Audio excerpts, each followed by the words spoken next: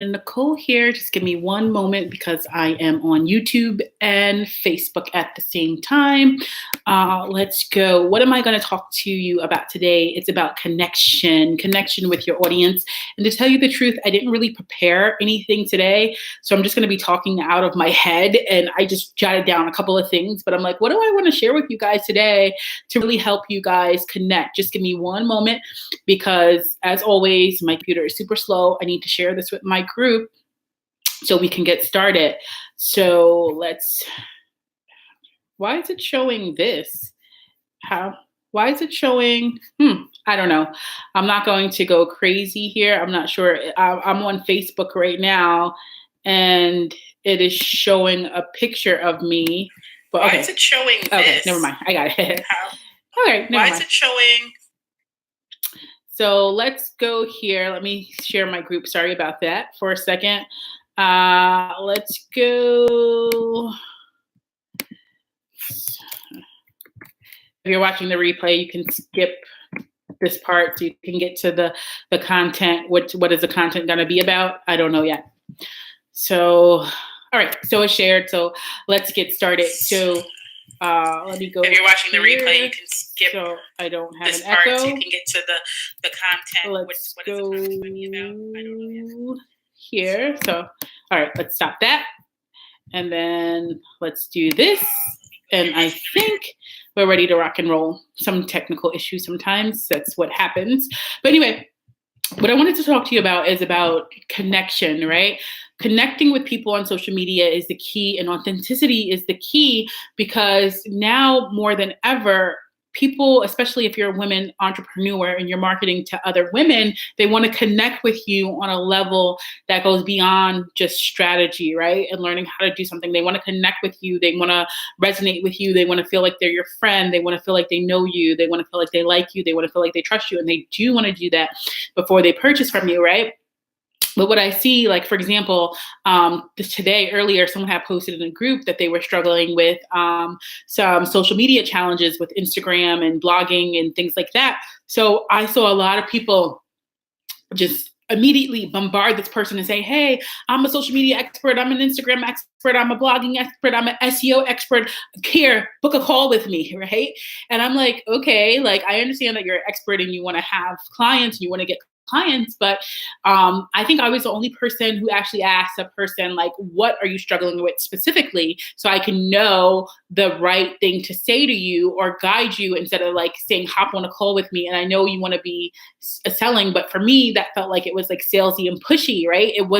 I didn't feel like it was a level of connection, like really understanding what that person needed or whatever. Because when you say, oh, I'm struggling with Instagram, or I'm struggling with social media, it can be so broad that there could be different little pieces that they're struggling with. So it's just like, okay, what are you struggling with right now? What can I offer you right now on this group chat where it can get you from point A to point B, right?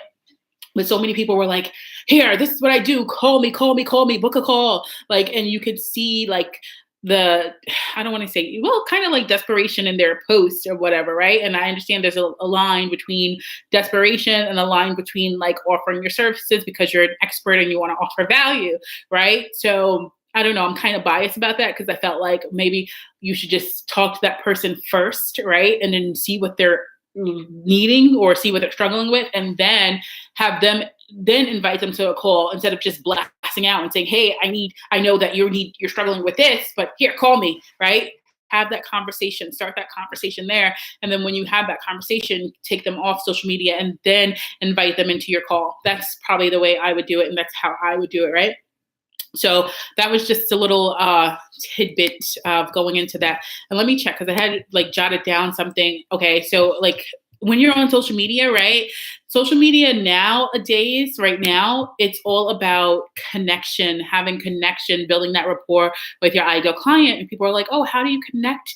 And the way you connect is to be authentic. And like, I love the story about Tiffany Haddish. If you don't know, she was in Girls Trip. That was her breakout movie, but she was in Keanu. She was in different movies before Girls Trip. However, Girls Trip was her movie that blew her up to stardom in a relatively short amount of time, so when she started getting famous and things like that, and she started getting invited to these award shows, you probably saw her in this infamous white dress, right? This white dress that, in Hollywood, you're not supposed to wear a dress more than once, because if you wear a dress more than once, it's like, oh my God, you're in fashion jail. The fashion police are going to come get you and lock you up, right?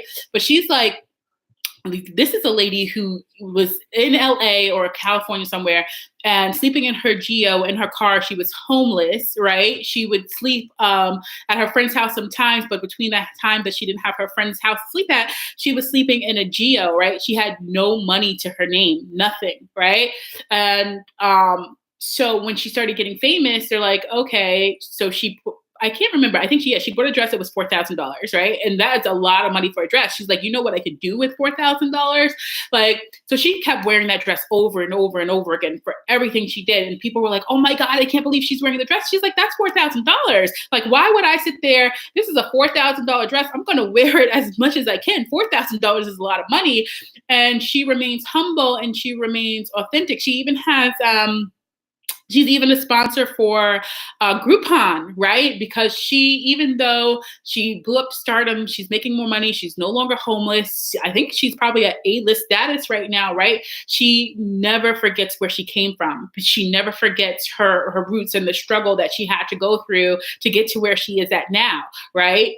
Or whatever. So she's being authentic and she's being real, because she's like, yeah, even though I'm quote unquote Hollywood famous now, I still have things to do. Like, I think I saw her, she was at a Dr. Oz interview, and she was saying that, like, Tyler Perry asked her, like, oh, Tiffany, you're rich now, why don't you have a car? And she's like, well, I didn't, even though I was in Girls Trip, you saw me in Girls Trip, but she didn't get paid what Queen Latifah got paid or Jada Pinkett got paid. She didn't get paid what all those other A-list actors got paid, even though she got paid good. And so Tyler Perry bought her a car, but at the same time, she's still standing in her truth, because she knows that, she's not, I don't want to say it's not a sellout, right? Because you're not selling out. When you do good, you get better. You know what I'm saying? Thank you for joining me, right? But I don't want to say she's not selling out, right? But she was standing in her truth, and she's being authentic, and she's being real, and she's not changing who she is because she made more money, right? Because if you ever heard that quote, I think Jim Rohn said it, I'm not sure,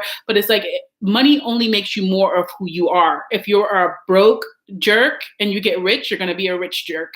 If you are a good, nice, humble, generous, giving person and you get more money, you're going to just be more of that, right?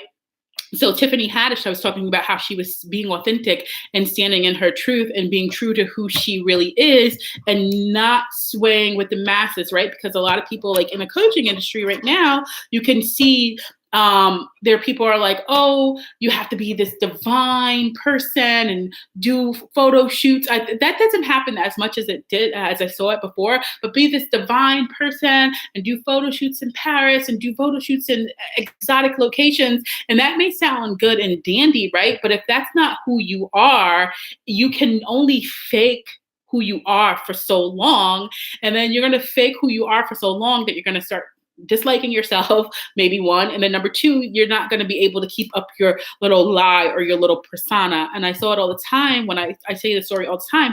When I lived in Thailand, I saw, before I went to Thailand, there were a lot of people portraying that they had this awesome life, this beautiful life and everything like that. And it's really cheap to live in Thailand, by the way. But they were portraying that they had a great life. But when you went there, you saw firsthand what was really going on. They didn't say, they weren't who they said they were online. And then here's the thing, online, Photoshop is easy. I wrote a post the other day that smoke and mirrors, social media is smoke and mirrors, right? Photoshop is easy. Putting a picture, saying a post, saying, hey, I made $10,000 this month. And there's people that do. There's no wrong reason or whatever. But a lot of people could just say, hey, I made $10,000 this month, or I made $15,000 this month. And people will believe them without any social proof or anything like that. So when people say that, I do look for if they have an Inc. 500 article, if they're in Inc. 500, or if they're in Forbes, or they're, because anybody can say anything online and make you believe it. Online is really, a place where people can really fake it until they make it. So it's really important that you remain in your truth and be authentic. Like today, I didn't want to get on YouTube or Facebook, or I just wanted to come home and watch a movie. It's cold outside in New York City. It's very cold. And I'm like, oh, I'm going to dress up. I said, no, I'm not going to dress up. I'm cold. I'm going to wear, well, this is actually my boyfriend's shirt, the Jets. I have no idea. I know the Jets they are a football team, but you cannot tell me. I have no idea who plays on the Jets. I have no idea how many people are in a football game. I have no idea. And the only time I watch the Super Bowl is when I watch it for the commercials football is on the Super Bowl for the commercials and like halftime, right? Who does that, right? So you really have to just share your truth, and that you don't have to say everything. Like the other day I saw somebody post something online, and it was just like so much drama. You thought you were watching like a soap opera. And I'm like, I understand there's a thin line between being authentic, right? But there's some level of what's the name? I don't know the word I was looking for, but there's some level of privacy that you have to have just because we're online. You don't have to share your whole life story, right? Sometimes I understand that some people need to reach out to people because they don't have support or whatever, but I'm like, some of these people, I'm like, you need a therapist instead of looking for friends online, right? Or whatever. You can still look for friends online, but sometimes you need more than just strangers online to talk to you. You need a bona fide therapist to help you or whatever. So you can be real, you can be authentic, but you don't have to go overboard, right? You don't have to go overboard and like play victim to a degree, right? Or whatever, just be real, okay? So that's how you're connecting, because people are going to connect with you when you're being real and not being fake, and you're talking about your day, you're talking about your struggles, you're talking about the things that you're going through, the challenges that you're having, right? But doing it in a way where it's not like, oh my God, this is a pity party and people have to come out with the violin or whatever, you know what I'm saying? But like, that's the thing. So what's the second thing I want to share with you today? As connecting, is share your story, right? Because when I first started online like 10 years ago, I learned copywriting copywriting is always copywriting, right? But then they had so many tips and tricks with the red lipstick copy with a big headline, and then talking about a problem, and then agitating, and then like just digging into the problem instead of really like just talking about the problem and digging into it and making the person feel worse than what they really are. Like, for example, like back copy. Oh, are you struggling with your weight loss? And I talk about weight loss a lot because I struggle with weight loss, right? That's me being real. You could see it clearly, and I struggle with it, but I'm not going to go crazy about it and play like this crazy story about it, because I know what to do. I just have to do it, right? But anyway, so it's just like, oh, you're struggling with weight loss, oh, you're so tired and this and that, and you're just feeling frustrated and you're feeling overwhelmed and you can't do this and you can't do that. And it's a whole laundry list of, and you feel miserable and you don't look like this and you hate yourself in the bathing suit and you da-da-da-da. And the list goes on, right? And that's how the copy used to be. But if you look now, people are connecting with people on an emotional level. You know, they're like, hey, I know what you're going through. They're empathizing. I know what you're going through. And I know how hard it is because I've been there too, right? I've been there too. And I know that you desire a better life, more energy, a better body, greater health, whatever the case may be.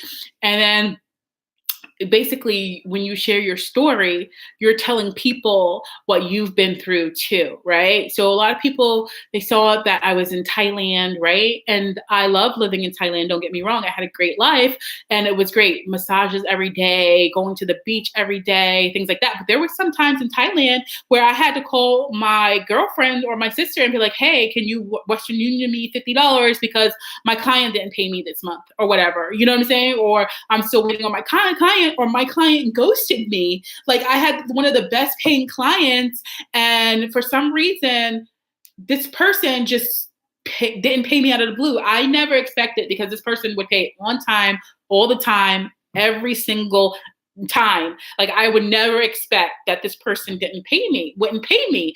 Right. So I'm just like, okay, why is this person not paying me at this time? Right.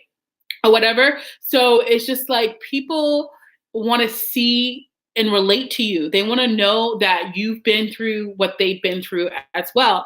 I have so many stories because you hear people say, let your mess be your message, right? Or like, I'm like, which story do you want me to tell? Which story do you want me to tell? I've been up and I've been down. I've been up and down, right? So it's like, but people want to see that. People, not to say that people want to see you struggle, right? Because most of the time people don't believe that it's possible for them to get the results that you have been getting, right? Thank you for joining me. I can't see who you are. If you're here, say hi from the replay.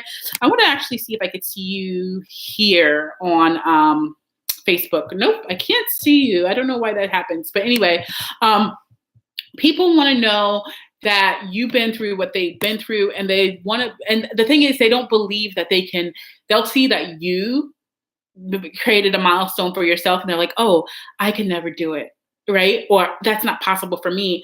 And I remember like a story, I was living in Las Vegas at the time, and I had moved to Austin, Texas. Well, actually, yeah, I'm trying to remember the story because I moved in Vegas. I lived in Vegas, right? And I lived in Vegas and I moved to Texas, and I was going out networking in Texas, Austin. And, if you love Austin, it's a business hub, many great businesses there, tech businesses, just a business great for entrepreneurs. If you're ever thinking about moving somewhere, Austin, Texas may be a place. So anyway, I moved there and I started saying, oh, I'm not going to get Austin clients because these clients are so highbrow. They're so uppity, not uppity, but like they were, I think, more invested in business than in Vegas. I mean, Vegas did have great businesses, but a lot of business owners that I was running into, they just didn't have the level of investment that I wanted to have for my business or whatever. You know what I'm saying? They couldn't invest in the level that I wanted them to invest in or whatever. And Austin, Texas was a whole different ball game. And I was like, oh my God, I don't think I'm going to get clients from Austin, Texas, because they're just really bona fide business owners. They don't play, they're really smart, whatever. I made all these excuses in my head. And I was talking to a colleague at the time, and she's like, what are you talking about? Don't you have clients in Texas? You have 3 clients in Texas when you were living in Las Vegas. So why do you think that since you're moving to Texas, that you're not going to get Texas clients when you already have Texas clients, right? Or whatever. So it's just like we put these limiting beliefs in our heads. And then when your ideal client comes and looks at you or sees you, they're like, oh, I can't do what this person does because she looks so polished, or he looks like this, or she looks like that, or whatever, as far as like polished and things, right? And so they start believing like, oh, I'm not going to be as good as her or as good as him. But the thing is, you have to share your story so you can show them what's possible for them, because a lot of things that I thought was not possible for me. When I first started my business, hi, thanks for joining me. When I first started on YouTube, when I first started my business, I was writing like $5 articles because I didn't know any better, right? I was writing $5 articles. I was going on Upwork and Elance. I think Elance turned into Upwork, right? Or Odesk or whatever, any of those freelance sites, right? And I was cold calling. I was doing all this, and I'm just like, oh my God, right? And I'm sitting here and I'm like, I'm just working my ass off. And I would never have thought that I would get 6-figure clients and 7-figure clients, and from being just I don't want to say just a little writer, but a little writer writing $5 articles to going up to having my business for so many years, where I transitioned into having doctors as clients, having lawyers as clients, having 6-figure business owners as clients, having 7-figure business owners as clients, right? And I would have never believed that if I didn't just go out and do it, right? Or whatever. So, and it feels, as cliche as it may sound, people say, I do it and you can do it too, right? But I'm living proof, because like I come from a broken home, right? My mom was never married. My parents were never married, right? I don't have a 4-year degree. I have like a 2-year degree in associate's degree or whatever like that, and everything I did in my business, I'm self-taught. I just started investing at a higher level this year. Like I invested in coaches here and there, like one-off group programs and stuff like that or whatever. But like this year I started investing in high-end masterminds instead, right? But I had to go from there to get to here and stuff like that. So it's really important, no matter how small you think your story is going to resonate with someone who may want to hire you or buy from you, right? So you really want to share your story. And part of sharing your story too is talking about, your struggles, but you also want to talk about your wins. You also want to talk about, if you had a successful day or a big week, a money week. It doesn't even have to be a money week. It could be like a shift that you had in your business that you're excited about, and that you're like, oh, it took me so long to really realize this, and I'm so happy that I had this breakthrough. Sometimes in business, yes, we're all in business to make money, but sometimes, and I say this all the time, it's about the person you are becoming. It's about stuff that you're no longer tolerating. It's about stuff that you're no longer putting up with, and you can share that, and you can share that with your audience, because I'm 99.9% sure that someone's going to resonate with you, and they're going to feel that same way too, right? They're going to resonate with you, and they're going to feel that same way too. And I was saying, I think it was piggyback, because I was like, brag about, your wins. But that's what I'm saying. Brag and share your wins. That's what I mean. Like share your wins. Like, we're in business, and sometimes we're told that, oh, bragging is like showing off. It makes us look like we think that we're all that. But like, yeah, why wouldn't you think that you're all that? Why wouldn't you think that you're great at what you do? Like, why would, like, I say this all the time, how would you feel if I'm like, you can join my program, but it's not that good. It's not going to get you a lot of results. It's okay. Why would you want to invest in someone that's just talking about their program like it's nothing, right? Like, we are creators. Like, if you're like a consultant or a creative, or especially a copywriter or a writer or a social media manager or anything like that, you're creative. We're creators, and we are attached to our creations, right? We love our creations. Because it takes us so long. I don't know if it's about you, but about me, like, I'll go through the fire. I go through the fire when I'm creating like content, or especially for somebody else, right? I go through the fire, and I'm like, oh my God. I hope it's good. I hope it's great. So, and it does turn out to be great, but still at the same time, you want to make sure that you are sharing your wins and sharing your best stuff, but being humble about it, right? Being humble, and make sure that you are not being smoke and mirrors, right? No, don't have smoke and mirrors, if I'm saying this right?